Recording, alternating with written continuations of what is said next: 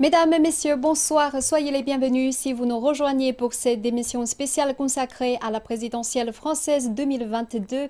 Nous sommes le 11 avril ici à Beijing et le 10 avril en France, jour du premier tour du scrutin présidentiel. Ce soir, nous connaîtrons les deux candidats ou bien les deux candidates qui seront au deuxième tour ou même le futur président ou la future présidente si l'un des 12 candidats emporte dès le premier tour la majorité absolue des voix, ce qui serait bien évidemment exceptionnel. Dans une demi-heure, à la fermeture des derniers bureaux de vote, nous prendrons connaissance des résultats partiels puis progressivement des résultats complets de ce premier tour. En attendant les chiffres, nous parlons de la présidentielle 2022 avec nos trois invités. Sur le plateau avec moi, M. Wu Zhexian et M. Nicolas Hiruzin, nos deux commentateurs. Et par visioconférence, M. Li Huan, notre commentateur, mais aussi directeur général de Viaduc Chine, basé à Lille. Bonsoir, Monsieur Li. Bonsoir, messieurs. Bonsoir. Bonsoir. Et nous commençons notre discussion sur le plateau, bien sûr, et lors de ce premier chapitre de cette édition spéciale. Alors, nous nous concentrons tout simplement sur les nouvelles tendances, mais aussi les particularités de cette édition présidentielle 2022. Et tout d'abord, Nicolas, avant votre arrivée ici sur le plateau, alors vous vous êtes rendu aux urnes ici à Beijing. Et donc, où, quand et comment le vote des expatriés français comme vous est-il organisé? Alors là, juste pour rappel, il y a 7 listes électorales à travers la Chine. Donc il y a Beijing, Canton, Chengdu, Shanghai, Shenyang, Wuhan et Hong Kong. Donc moi évidemment, je me suis présenté au bureau de Beijing et il se trouve en fait à l'ambassade de France en Chine. Donc voilà, on est accueilli par évidemment un système de sécurité. Pour voter, en fait, simplement, il faut être inscrit à la liste des Français vivant en Chine, présenter un papier d'identité, un document d'identité, donc par exemple passeport ou carte d'identité. Ensuite, et ça se passe exactement comme ça se passe en France, c'est-à-dire on prend les papiers de chaque candidat, on voit aussi les posters, les affiches des candidats, des 12 candidats. Donc ensuite, on va dans un isoloir, comme en France, exactement pareil. On signe notre nom, enfin donc on présente nos papiers, ensuite notre nom et tout est vérifié, et ensuite on met le bulletin dans l'urne, et puis voilà, c'est fini. C'est une pratique qui ressemble vraiment quasiment à 100% à ce qu'on trouve en France. Oui, donc quelles sont les conditions pour voter?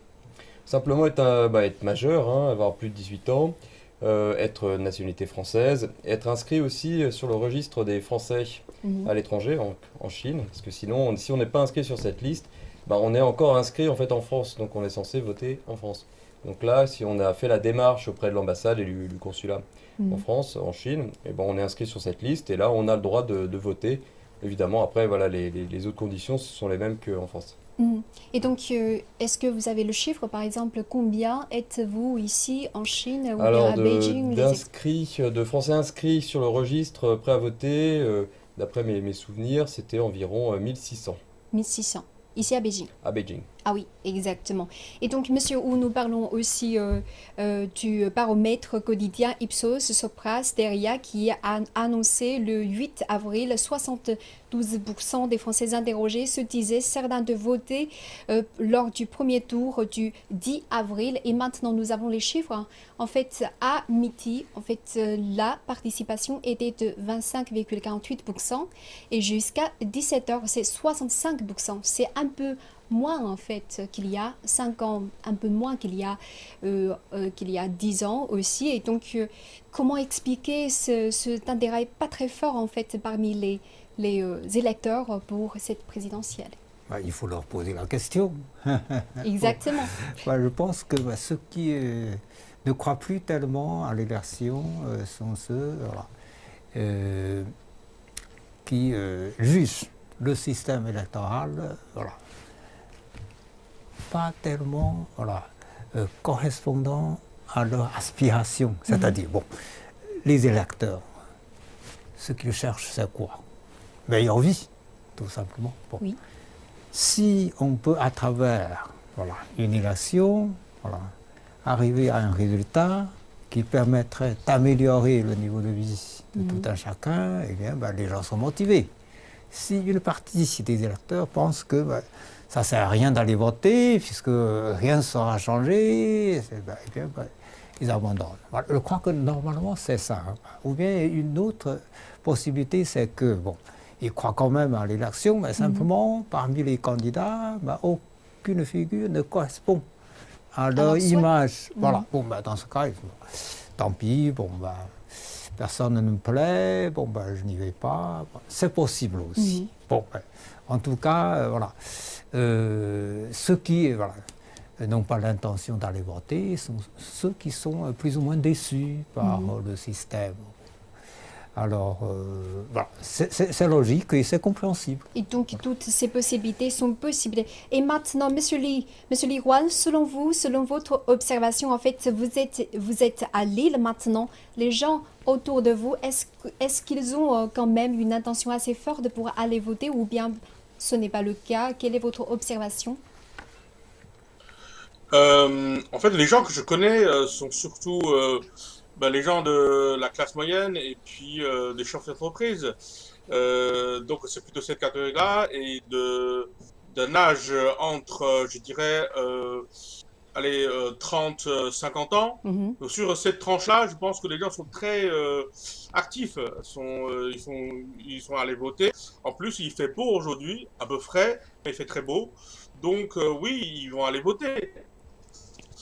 Par contre, c'est vrai que les gens vont moins aller voter s'ils se sentent plutôt oubliés ou ils se sentent déçus par le système. Donc, du coup, ils vont pas aller voter dans ce cas-là.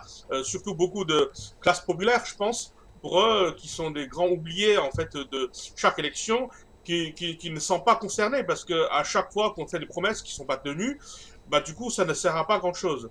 Et puis les jeunes, je pense que les jeunes sont beaucoup inscrits. D'ailleurs, ils sont automatiquement inscrits quand ils ont 18 ans, mais qui ne sont pas toujours entendus. Donc voilà. Par contre, les classes moyennes et les amis chefs d'entreprise que je connais, ils sont plutôt volontaires. Et donc, en fait, selon vous, les jeunes, ils sont beaucoup à inscrits, mais en fait, ils ont ce sentiment de ne pas être entendus, c'est ça, exactement?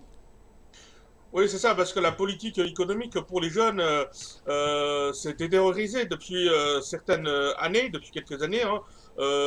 En fait, c'est difficile pour les jeunes de trouver un emploi, c'est difficile pour s'installer, c'est difficile de commencer une vie active, en fait. Hein, en fait, dans le système français, si vous n'avez pas d'emploi CDI, vous ne pouvez pas demander un prêt.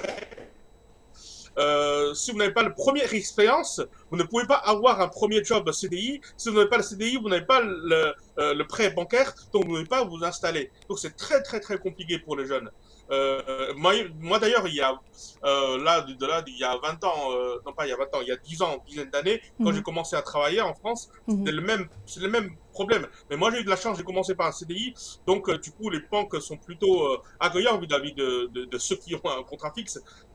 Pour les autres, ceux qui sont en stage ou en contrat de durée déterminée, la vie est très complexe, très compliquée.